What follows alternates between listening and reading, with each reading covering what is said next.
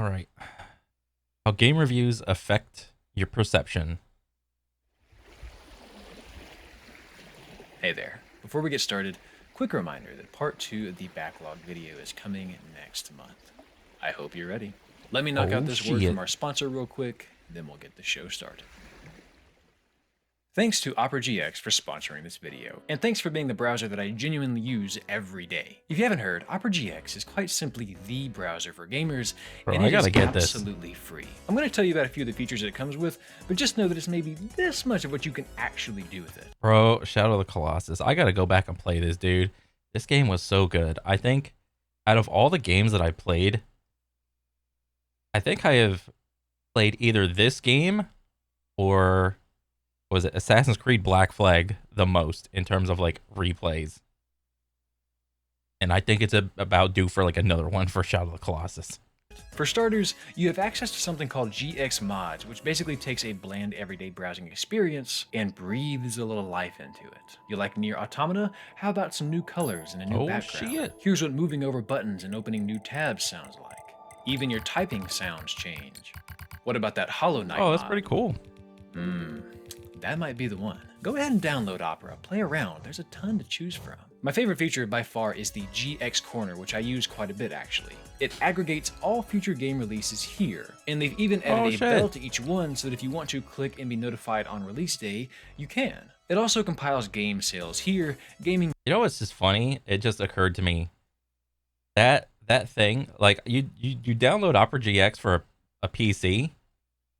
So what it would stand to reason that to some degree you're at least a PC gamer, but there's also a chance that you could be a console gamer. So it just had like all the console games in there as well. So I don't know. I just thought that was funny. News here, and it even compiles game trailers here in case there isn't already enough releasing this month. You really don't want to miss this browser. Use my link below to download. And I get it, swapping browsers is a real pain in the neck because of passwords and favorites and such, which is why Opera GX makes this super easy. Click the gear, find synchronization, click import bookmarks and settings, import, and you're done. So use my link below and go download Opera GX for free today. Thanks again to Opera for the sponsor.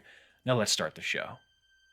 It's a brisk fall morning in the year 1968. Two researchers have just given a test to all of the students of an elementary school. The teachers are told that this test would determine who among the student body would be sure to bloom. Which of these promising young minds had the most likely chance? Oh, there's nothing like I've taken these type of tests where it gives you the little spider web of skills. It's like you're good at this, you're good at that. You suck at this, you suck at that. Yeah, there's nothing to give students confidence more than to literally just say, yeah, this single test will determine the rest of your life. Nothing better than that. Of becoming a true scholar. Here's the catch. The test didn't mean a damn thing. It didn't evaluate their academic potential. It was actually just a copy of the Declaration of Independence with every instance of the word men replaced with bad bitches. We hold these truths to be self-evident, that all bad bitches are created equal. I made that part up. But the fact remains that the test That's meant fucking nothing. funny. The point was not to research the students, it was to research the teachers. You see, each instructor was given a small list of kids in their class that were identified by the exam as Jonathan Nathan Johnson. Brady McFaddy. Bro, these are some like Key and Peele ass names, dude. Felicity Inthesity. Bacon Jones. Ted. Kevin McDanielson Jr. Hoover Vac. Angelina McDynasty. No. McDynastassi. as bloomers when, unbeknownst to the teachers, these kids were just picked at random. The test Dusty had nothing Pitts. to do with it. And do you know what happened? At the end of the school year, the researchers came back to check up on these secretly randomly selected gifted kids. They gave them an IQ test and, sure enough, they showed significantly greater gains than their fellow non-bloomer students. Oh And shit. do you want to know what's even stranger? This study has been replicated more than a few times with similar results, which begs the question, what the hell does this have to do with game reviews? Well, my friend, you Oh damn. That's crazy. If so what? Essentially, if you just tell a kid, "Oh, this test it will determine the rest of your stuff. It won't actually, but if you give them some sort of like, if you put on the facade of like an authoritative figure, and it's like, yes, this is about to be 100% true. You are a bloomer. So it's bro, that's crazy. I'm pretty sure like that works with like all types of skills. Like as it's like the whole positive reinforcement versus negative reinforcement. I think that's another cool argument to have, like which one works better. But it seems like in this case, at least for like little kids, it's like the positive reinforcement just worked way better. I have yet to hear like any good arguments for like negative reinforcement. I guess it has to do with like what is it like? It depends on like the personality of what do you call it? The person.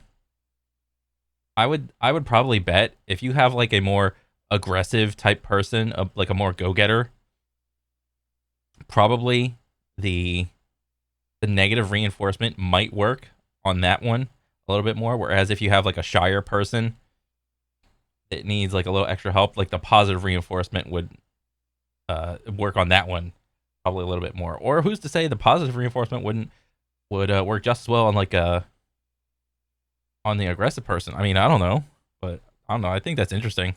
You'd be surprised, because video games are like children. This is a weird start. Neither Yeah. can really be fully defined by a single test or evaluation. You can give a child an exam, and you can review a game, but the results of neither of these gives you an all-encompassing truth about the depth of who that child is or will become, much less what that game is, can be, or what it Yeah. will be to you when you play it. Maybe the child had a cold when that exam was administered. Maybe the reviewer of that game is already a massive fan of the series. Maybe that's your favorite series. What do you mean it's only a 7? Maybe that's your favorite child. What do you mean they aren't gifted? The point is, reviews, much like exams, only give us a snapshot of a game that often tell us less about the game itself Yeah. and more about how people are going to treat that game moving forward. The Metacritic must play.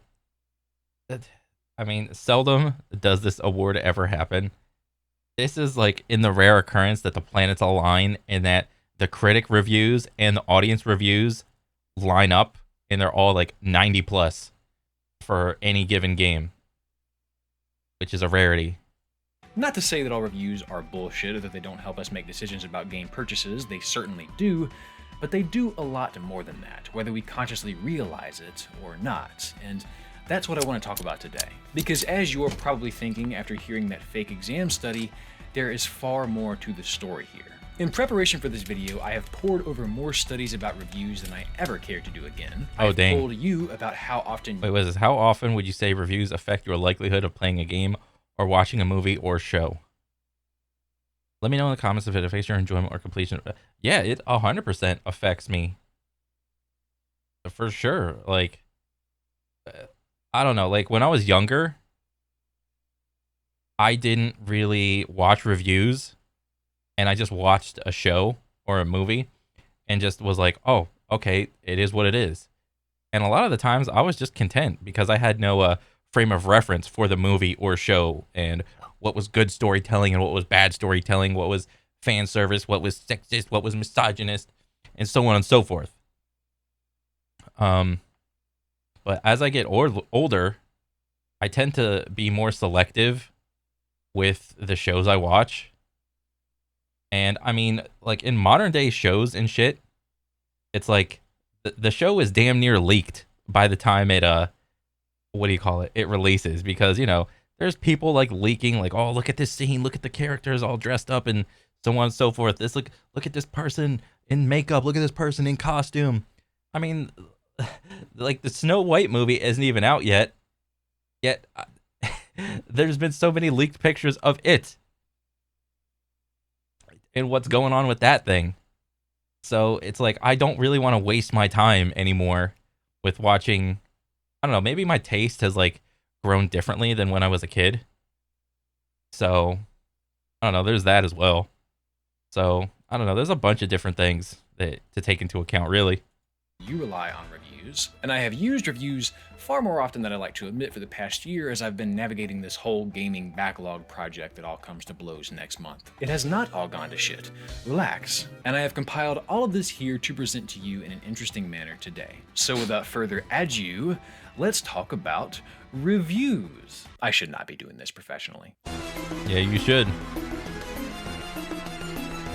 If you're a gamer that pays attention to reviews, and survey says you probably are, Never. I actively avoid reviews. Sometimes I can't help but consider reviews. Bro, whenever I see for me a review, there's good reviewers and there's bad reviewers. It's like I'm not going to go off of the IGN bullshit review. I'm not really going to go off of the critic review off Metacritic or Rotten Tomatoes. I mean, but like to be fair, if you're going to go off the audience side is more prone to having things like review bombs be taken into account because of some little tiny thing, like a moral thing that happens in the game, and people, because of this one little moral thing that happens, it's like, oh fuck this game, review bomb it. So it's like neither side is really like 100% accurate. You just kind of have to go with like, I mean, if you even do engage with reviews, it's like you kind of have like a backlog of people that you have like in your head that you know, like, oh, this person's trustworthy, that this or that or whatever. And I don't know. I mean, that's pretty much just what I do. one of the first things that comes to mind is likely this whole song and dance. There is a game that comes out, it is reviewed, people are upset, and that's the whole song and dance. Game come out, it get review, people angry. True. I mean, that's not the whole circle of life for every video game, but a lot of them. It's a very short routine. But I've kind of found over the years that it takes two forms. One is the inevitable questioning of journalistic integrity from large review outlets, accusations of reviewers being paid off, or the eventual video like this popping up later on down the line. The other form is just buzz from your fellow internet schmuck. The Twitter timeline being aglow with every hot take you can imagine. The Steam reviews filled with every variety of impressively well articulated to impressively comedic descriptions of games. But nonetheless, they appear in front of our faces and we have to make sense of them. Yeah. And one, like, I honestly just go off of like what I see in the video. Like, I don't read like paragraphs of bullshit for like reviews and shit. Like, I just go off of like the gameplay. Does it seem interesting? Does the game look like it? A lot of time and effort has been put into it. Like, yeah, sure, I'll give it a shot. That's pretty much it. 2019 study categorized these two forms of reviews and tried to understand the discrepancies between the video game press, what they label the experts, and casual gamers, or quote-unquote amateurs. And I think this is an important discrepancy to understand because it's in these differences that I think we find some truth about what reviews actually capture about games and how they affect people. By aggregating over 1 million reviews from Metacritic, the researchers built a large-scale dataset of reviews that were from both experts and amateurs. Some of the key findings were that amateurs tend to give much more polarized ratings of games. Amateurs tend to continually rate games surprisingly long after game release, and are positively biased towards older games. Oh shit, is that me? Am I a casual? I'm probably a casual. Like, I don't play every new game that comes out every single hour of the bleeding day and of every day. It's like I actually have an other job that I have to go do adulting things, and it's like I'd rather like sit around and just play video games all day, but god dang it. Can't imagine why. But the key takeaways for me... Wait, what was that? Let me say that. Biased towards older games. Can't imagine why. Okay. Relative frequency of usage of nostalgia-related vocabulary in amateur reviews. Okay, so they're more prone to using like older words. The usage by amateurs of vocabulary related to nostalgia clearly increases over the years, hinting at its importance long after games get released. So on one side of the topic, it's nice to know that as people, currently as people are aging, it's nice to know that they are still playing games, even in their older years of like 30s and 40s, 50s plus. So gaming is becoming more mainstream. But I mean, the con for this is essentially it's like there's this like nostalgia thing like going on. It's like, oh, games are better back in my day and all this shit. So two sides of the same coin. Why, but the key takeaways for me came in the post-research discussion where the researchers state that experts employ a clinical, detached writing style which reflects their experience and is reflected in their unimodal rating distribution. Amateurs, on the other hand, What? use emotionally charged language and award rather extreme ratings. They appear dedicated to either glorify games or express their grievances with them, and at times to signal their disagreement with experts. Bro, this is so funny because here's the real thing. Like an amateur is an amateur. Like a casual slash amateur is like truly a casual of the game. I mean, I don't know like what little like bullet points like the amateur is defined or what you need to define as an amateur. But I'm 100% positive you don't become an expert at a game the day of or the 2 or 3 days that the game is released. All right, there's no shot. The fact that you simply beat the game on the easiest settings so you could spit out your review super quick does not make you an expert at the game. The writers go on to say that both amateurs and experts are pretty damn good at predicting a game's actual long-term popularity, so clearly both crowds are playing the same game, but they also believe that gauging overall public opinion of a video game requires adequately discounting the emotion in the often extreme video game rating. Discounting the emotion? Well, isn't that a thing that the developers take into account? I mean, at least in terms of single player and even to like what do you call it? Even like multiplayer games, they take that into account. Things that are pleasing to do, things that are satisfying to do. I mean, look at like any FPS. It's very pleasing and satisfying to get like a one clip on someone. You know, that shit has to be taken into account. I mean, even more so for single player games, especially if they're trying to tell like a pretty good story. Yeah, it's like it's an interactive movie. That's like saying I'm gonna review this movie, but I'm not gonna take into account any emotion that the movie tries to make me feel. It's like that's so stupid.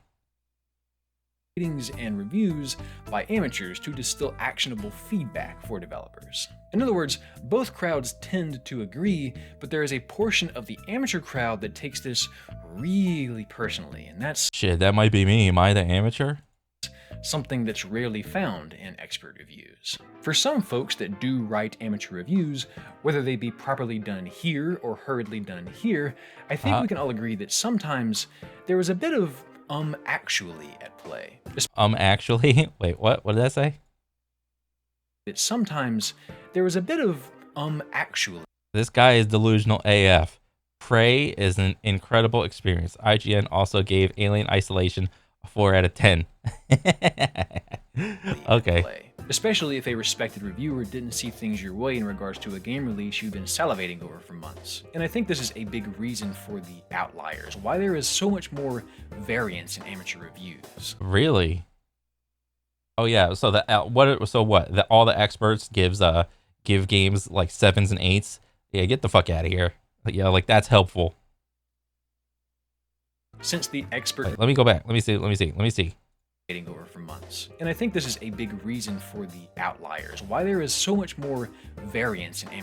Okay. So we got some graphs of experts versus amateurs. What is this? Mean rating, action. So these are like game genres. Mean rating per genre.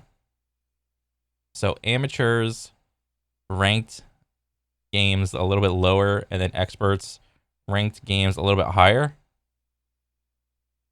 On average. Oh dang. Bro, like look at this, like 0, 2, 3, 4, 6, or 0, 2, 4, 6.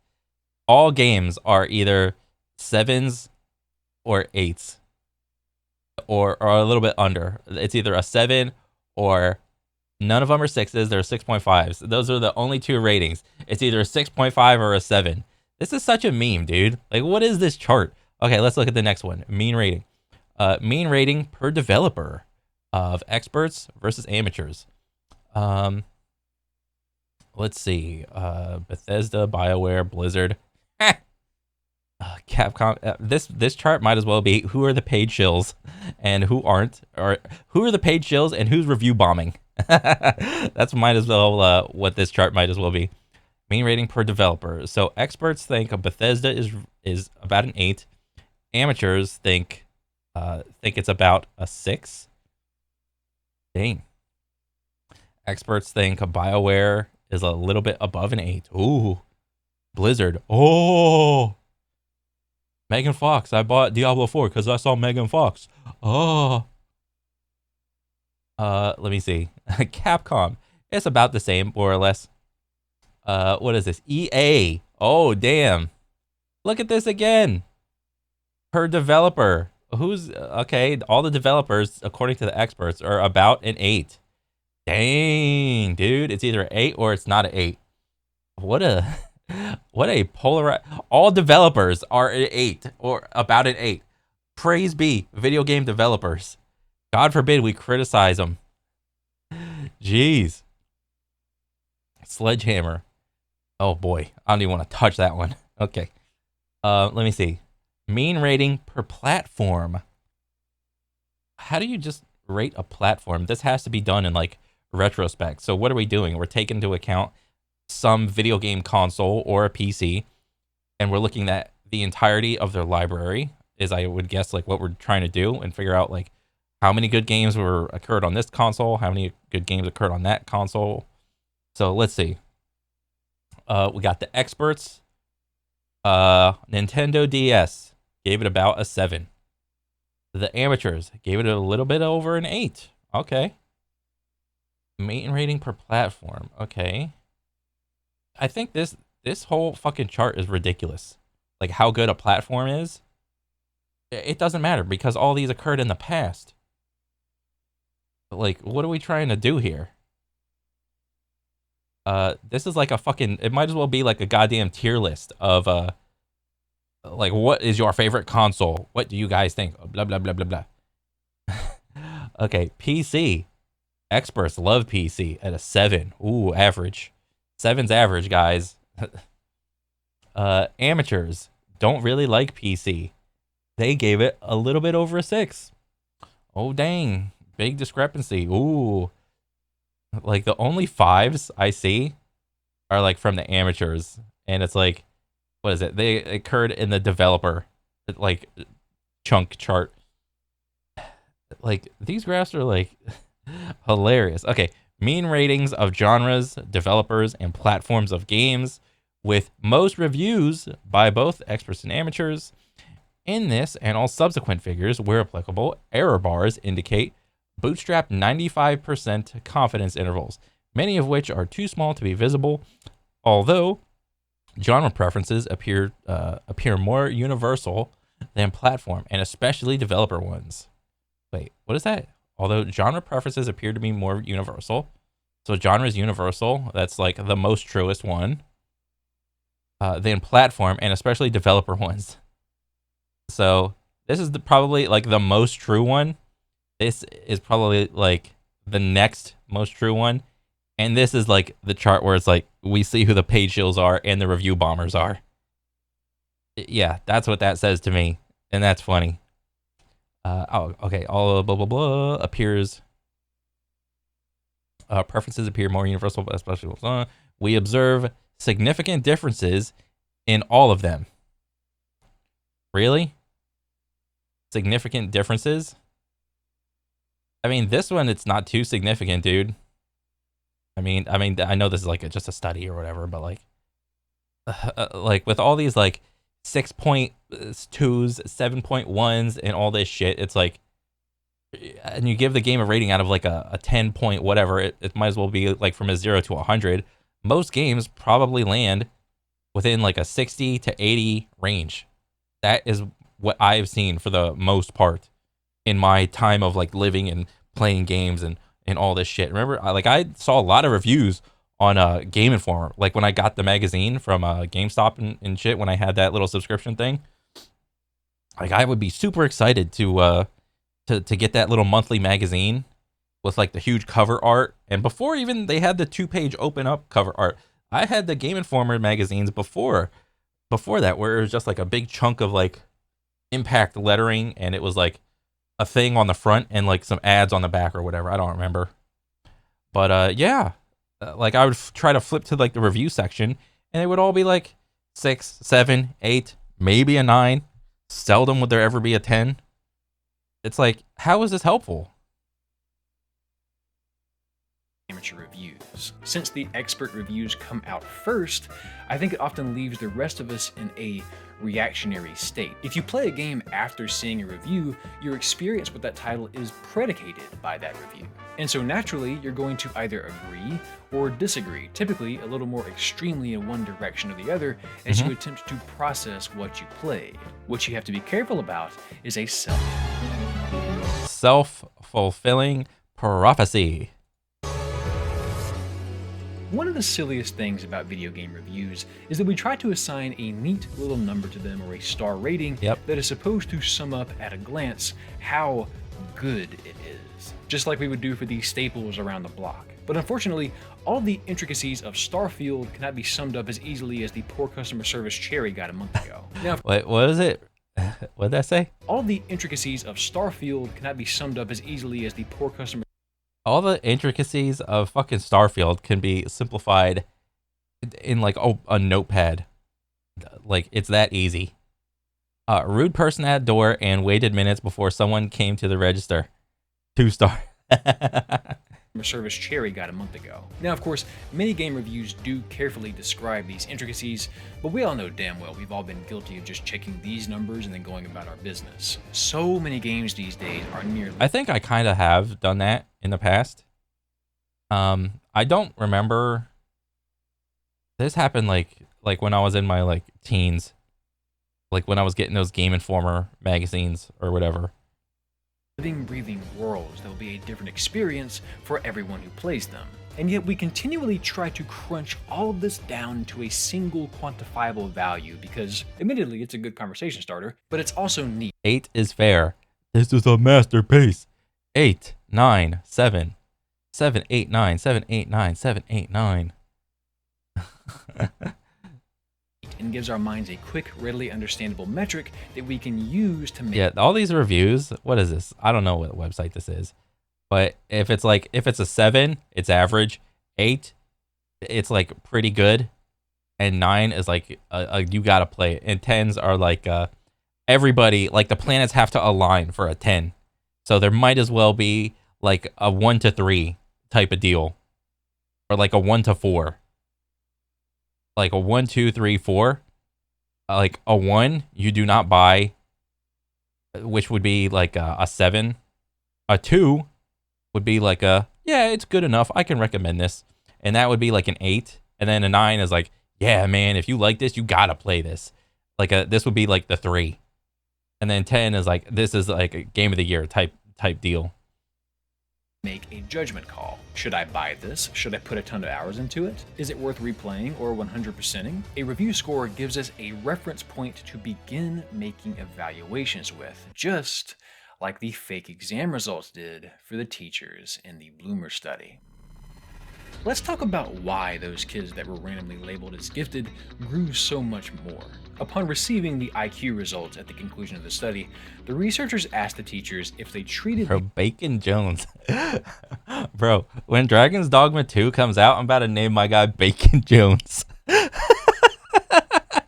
Bloomers any differently than the other students. The only difference they reported was spending slightly less time with them. But in follow-up studies similar to this one, researchers found that teachers do in fact treat bloomers just slightly differently. Oh. They create a warmer emotional climate for them, more encouragement, more support, and one-on-one attention. Bloomers get more material, harder material. The teachers give them better feedback and more opportunities to respond in class and longer to respond.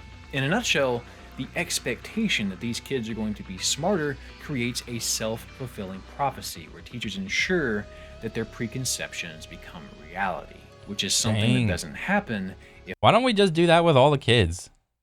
Why don't we just do that with all the kids? What's going on, American education system?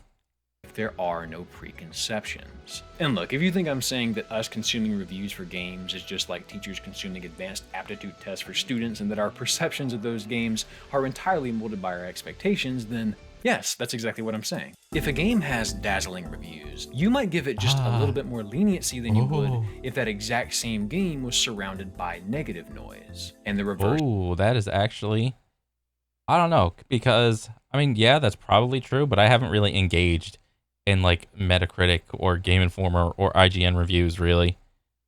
I don't know. I just go off of like random people that I see on like YouTube. is also true. If everyone says it's garbage, you might be less inclined to patience when you're playing it because Also, a lot of the times I don't really get games anymore on day one because literally almost every game is plagued by bugs. But it's like the minimum, the whole minimum viable product to release. Like certain developers will have like a higher threshold, so it's like okay, you can play the game, but there won't be so many bugs that you'll notice them. But then something like Starfield, it'll be like okay, well the threshold was like it was obviously a little bit lower, and depending on like I still haven't even bought or played Starfield. Um, like, I, obviously other game developers have a lower threshold of minimum viable product, and it just seems when a game comes out and it's plagued by bugs, I am just so less inclined to even give it the time of day because a game when it comes out on the first day is never going to have more impact to the world. Like it's never going to have more impact on the world when it goes past its first day experience, like the day one experience. Um, because gamers don't care when the game is good. They want the game to be good on day one. They want the product that they paid for. Developers, why do you think the phrase minimum viable product exists? It's because developers, whenever they make a game and release it, in their mind, they're going to go, okay, we're going to release the game, and it's going to take us a couple months to like patch out all the bugs and whatnot. But by that time, the next game has came out, and the old game is old news. I'm not about that life anymore. If the game was dog shit on day one, it's dog shit forever in my mind. I mean, well, not me, but like me as like a casual gaming person or whatever. even if we don't consciously mean to, those preconstructed beliefs still influence our perception. And this isn't just conjecture. There's a 2011 study on the impact of negative game reviews and user comments on player experience that found that consuming both professional reviews and user comments, especially the negative ones, affected player experience with those games, even when you control for player mood. And interestingly, And honestly, like the day one reviews being like so harshly criticized and negative, it is possible for games to come back and be playable. It's entirely possible. Look at like No Man's Skies. They came back. Look at Cyberpunk. They came back. What else? Wasn't it? Is Fallout 76 playable, or is it like a decent experience, or is it still like dog shit? I have no idea. But in my mind, those games were like horrible on day one, and they didn't even get good until months later, or if not years. the authority of the source did not matter. They found this effect for both. This echoes another 2022 study on online reviews I dug up that found that we are not that great at identifying fake comments and reviews. Oh yeah. Regardless of Oh yeah. It's sometimes it's easy, but other times it's not so easy. the legitimacy or accuracy of the social information we get, we clearly cannot help but be affected by the valence of it. There's even more evidence of that. And it's funny because I would say in terms of like comments and text, it's entirely possible to like like fabricate like all these like fake comments and things like, "Oh, I played that game. It was so good. This the best game. I just got off work. I love playing this game." It'll be from like Rob from the block, from like some dude living somewhere, and he's just like, I'm a regular guy. I just got off work. What a great game. And it'll be a little more like in depth and detailed than that, but like, yeah, like I can't tell the difference between like dog shit comments or like real comments and fake comments. So I don't even go off of text in terms of reviews. It's like you have to go off of like the gameplay. Does the gameplay seem good? Does your favorite like YouTube person reviewer, are they credible? Have they had had a long history of being credible? Are they trustworthy? That in this 2019 eye tracker study where researchers were testing the comment section's effect on YouTube videos. Participants were presented videos with either positive or negative comments, and when the groups with only negative comments on their screen chose to read them, they enjoyed the video notably less than those who did not pay attention to the comments or were Really? only presented with positive ones. Like who out here like reading the comments while the video is going on? What the fuck is wrong with you? Despite the fact that it was the same video for all groups. What I'm trying to say is, simply seeing a review at all cannot not influence your time with the game it's about. Yeah. And no, of course a game is not a child you're trying to teach, but it was impossible for those teachers not to at least subconsciously consider those test results during their time instructing those students, and it is impossible for you to just completely not consider a review during your time with the game. If you are flooded with negativity around it, even if the source of that negativity is just weird buzz on social media, the source, as we can see, doesn't matter. It plants an expectation, a doubt, a promise, a flaw, a guarantee, even if it's just a tiny. Is Daryl gonna do the one thing where he does in some of his videos where he like the whole video, he says a thing one way, but then somewhere at the end he's like, joke, psych, joke's on you. It's actually this at the very end. Is he gonna do one of those things? One that takes root in your subconscious. And I think many of us realize this to a certain degree and in turn actively try to avoid too many reviews. Like a lot of you pointed out, we want to know if a game is broken, but for the most part, I really don't care about major game reviewers. All right.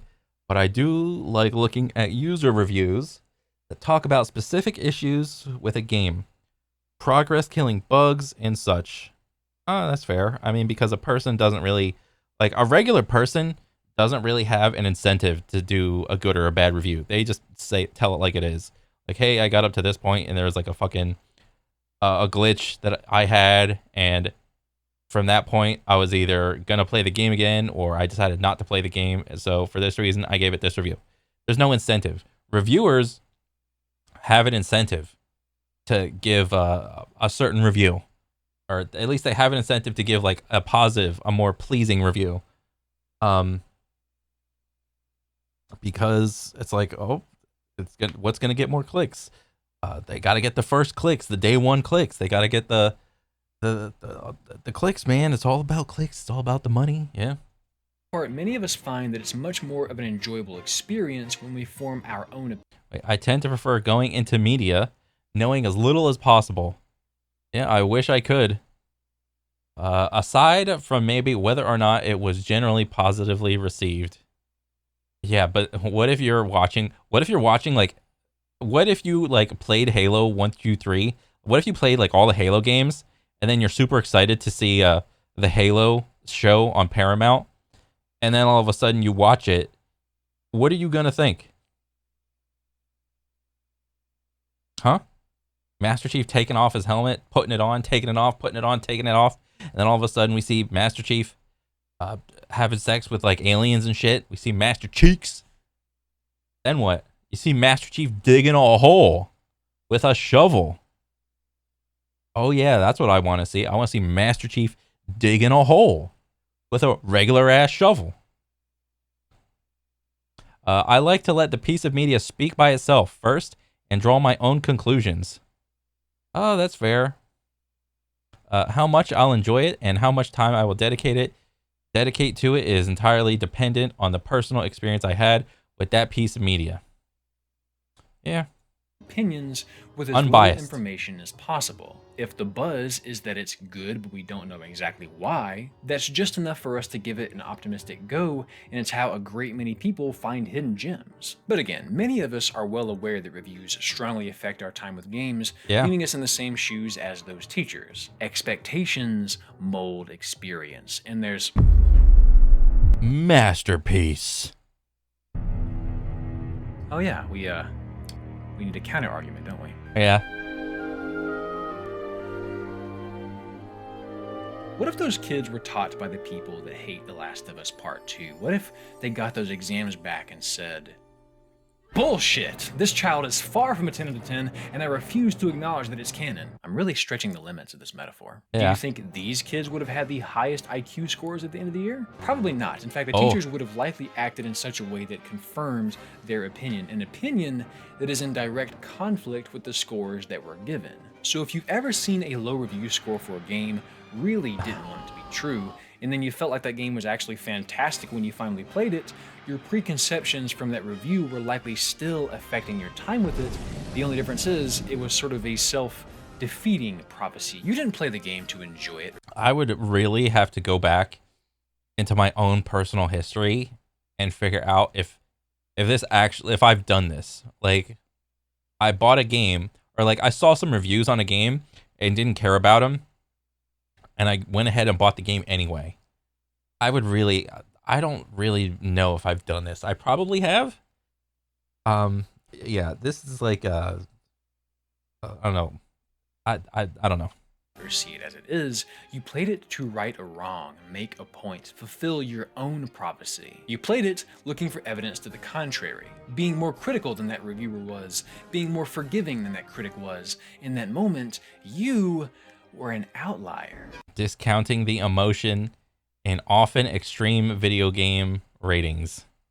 And my point still stands. Expectations still shaped your experience, just in the opposite direction of what you were told. To really nail this down, there was a study done last year that found that when people watched a review and felt like they and the reviewer were alike, in this case the similarity being what NFL team they root for, Yeah. their purchase intent was lower if they saw a 1-star review than a 5-star review. Oh, okay. I feel similar to the reviewer. So if the reviewer gave like a good review, then I'll probably buy it. But if the reviewer that I feel similar to gave it a 1-star review, I will probably, there's less of a chance for me to buy the thing that they're reviewing. Yeah, I mean, I'm guilty of this. Yeah, 100%. Sure, makes sense. But when they felt unlike the reviewer, if it was a fan of a different team, the 1-star review Really? See, now, I guess this is where I'm different because I don't watch reviewers that I feel dissimilar to. And I'm not sure if people, like, I don't hate watch a reviewer. Like, I mean, this makes sense. If, like, I feel dissimilar, they get the 1-star, and be out of, like, jealousy, or not jealousy, or out of, like, spite, or being a contrarian, I'll just purchase the 1-star thing. Likewise, if it's a 5-star, if the person I feel is dissimilar to me gave a 5-star review, I'm not gonna buy it. This one seems like way too much effort to me, but I can understand why people do this. But this is way too much effort. generated significantly higher purchase intent than the 5-star review. Essentially, when it's someone you don't identify with or you think has a dramatically different perspective than you, it can actually boost your likelihood to buy the product they are thrashing.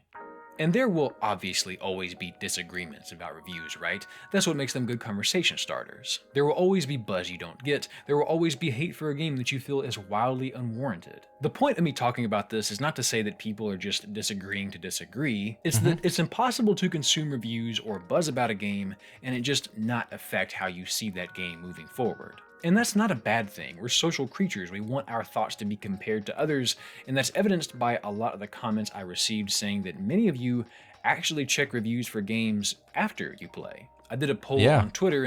Oh yeah, do you often go check a game's reviews once you finish playing it? If so, why? Yes, actually. So this is the I don't know what to call this.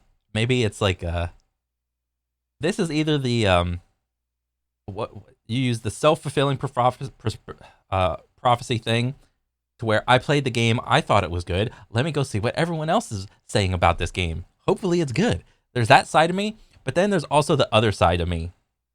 Like in terms of video games, I don't really waste my time with like bad games. I mean, maybe I do a little bit. I've played a ton of games I haven't really finished, but this more applies to me in terms of like shows and movies. Like if I just get done watching a show or a movie and I thought it was good, I can kind of feel it's not it is a feeling, you know, in the like well, feeling you can't fucking quantify that or whatever. But like I can kind of tell like what the reviews are going to be like. And yes, I do go to like see like I'm gonna be like kind of shameful in this. Like I love watching or like hate watching reviews that just dogpile on something that's like bad.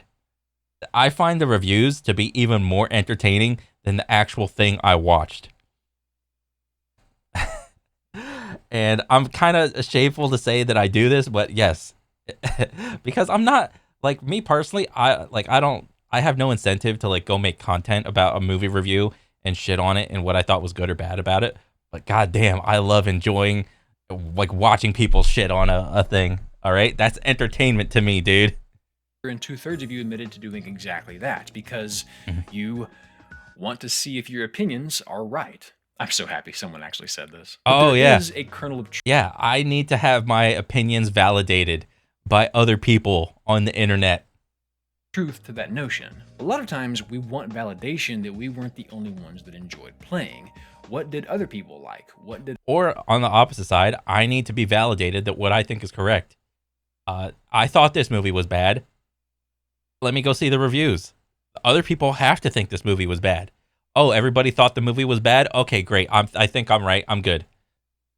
I miss? Did you guys hate this as much as I did? Am I crazy? Why does everyone like this? Why doesn't anyone else like this? Of course, a big part of this is certainly much deeper than is it actually good or bad. Like maybe you just want to hear other people's interpretation of that game, and that's certainly why essay style reviews like what you find here are pretty popular. But consuming reviews after you finish Oh yeah, and also essay style reviews are a little more thought out, and like there's a little bit less emotion in it when you can go point by point and figure out reasons why the point by point thing to back it up. So yeah, there's a greater conversation happening. It's more well thought out instead of just random dog shit. games takes that social information and plants it in a healthier spot in time when we are more ready to actually process another person's opinion. I told you a little bit of a half lie earlier. Of course Remember you did. Daryl always does this. that 2011 study where the reviews affected player enjoyment of a game? Well, the next month they ran it again, this time placing physiological sensors on gamers when they played. Oh. Afterwards, the players still reported the same results as before, enjoying games more or less depending on the valence of the review they happened to be assigned. But during play, physiologically, there was no difference. Both groups actually had the same experience. So what's the moral of the story? Everybody is just a contrarian. But they remembered them differently. Oh. The researchers proposed that reading reviews does not directly affect play experience, but rather is a post-play cognitive rationalization of the experience with the content of the review. Our minds have a need to resolve what is just processed, and often it looks to others to do so. Reviews, opinions, and social commentary help us make sense of what we've just played, but when you consume all of that before doing the actual playing, that Then it ruins it. rationalization is often made for you, even if it's the same grand old time you would have had without that commentary. So, what do we make of this? What's the point in knowing this? Do we stop looking at reviews? Do we need to get off social media? Yes to that last one, but I think as with most things, we all need to find a healthy balance. I cannot in good faith tell you that I think you should stop looking at reviews before you decide whether or not to pick up a title, because it would be extremely hypocritical of me. They are a fantastic resource if you are, as many of you pointed out, on the fence about a game or are looking for something new and exciting. But maybe take what you read with a grain of salt, since there is evidence that we have a hard time distinguishing the Honestly, I think the reviews of Armored Core 6, like, because I was kind of on the fence about it because it was made by From Software, and I haven't really had a lot of experience with like mech type games, and I kind of knew that like Souls type games or games for like that were from Software were kind of on the harder side.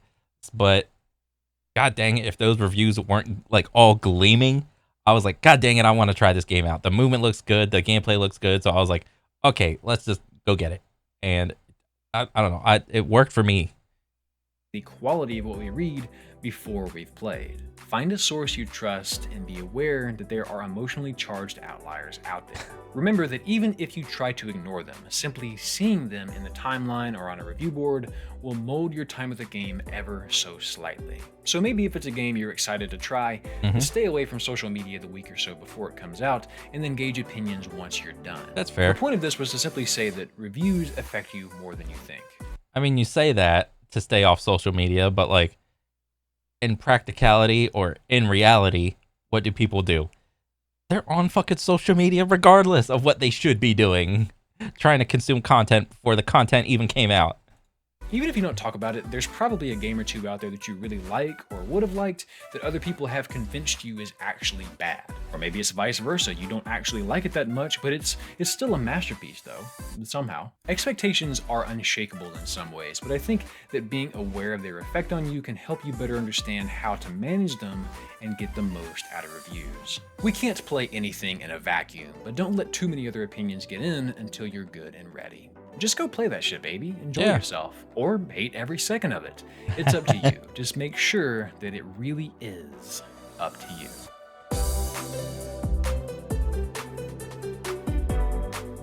What's up, Chief? I hope you enjoyed this one. If you're new here, I do a video like this every month, and if you happened to miss this video I posted about a year ago, you've arrived at a great time. Essentially, Nice. I made a video explaining how I would tackle my backlog in 1 year's time, and next month, it's finally time to cover what happened, if I finished it, what I've learned, and maybe how you can do the same thing. So be sure to go check that out if you missed it, and if you didn't, go give it another watch to recap. If you like what you see here and want to support the show, give my Patreon a look. For $1 a month, you can get access to monthly bonus content, including cozy interactive live streams, Bonus, creative bonus, inputs, weekly updates, bloopers, and more. A huge shout out to this month's featured patrons. Jose Fernandez. Dang. That was a good ass video. Yeah, dude, a lot of that I just agree with. But I don't know. I haven't really, like, the older I get, the less I go off of reviews, and it's more just the reputation of the developer. And so, like, I'll say this for like AAA titles and maybe like to some degree like double A's, I go off of the reputation and the history of what they've done in the past and whether or not it was like good or bad. But then for indie games, I think I go off of reviews a little bit more. Like because here's the thing. No, I never really hear reviews about bad games in terms of like indie games. People just play an indie game, feel it's either good or bad. I mean, but you know, to be fair, it's like I could just go on Steam and like see what people are saying on Steam, but I'm just like, I don't know, I'm too lazy to do that. Like, if an indie game starts popping off, I hear like the good indie games pop off before I hear anything about a bad indie game popping down or whatever. But I don't know. I mean, I like this video. I thought it was cool. Very insightful, and just acknowledging that you have like biases towards a game on whether or not you like hear the positive or negative reviews about it before you play it could 100% like mess with how you play a game. But no, I thought this was a great video, and I want to see more. But yeah, until next time, guys, I'll catch you on the next one. Later.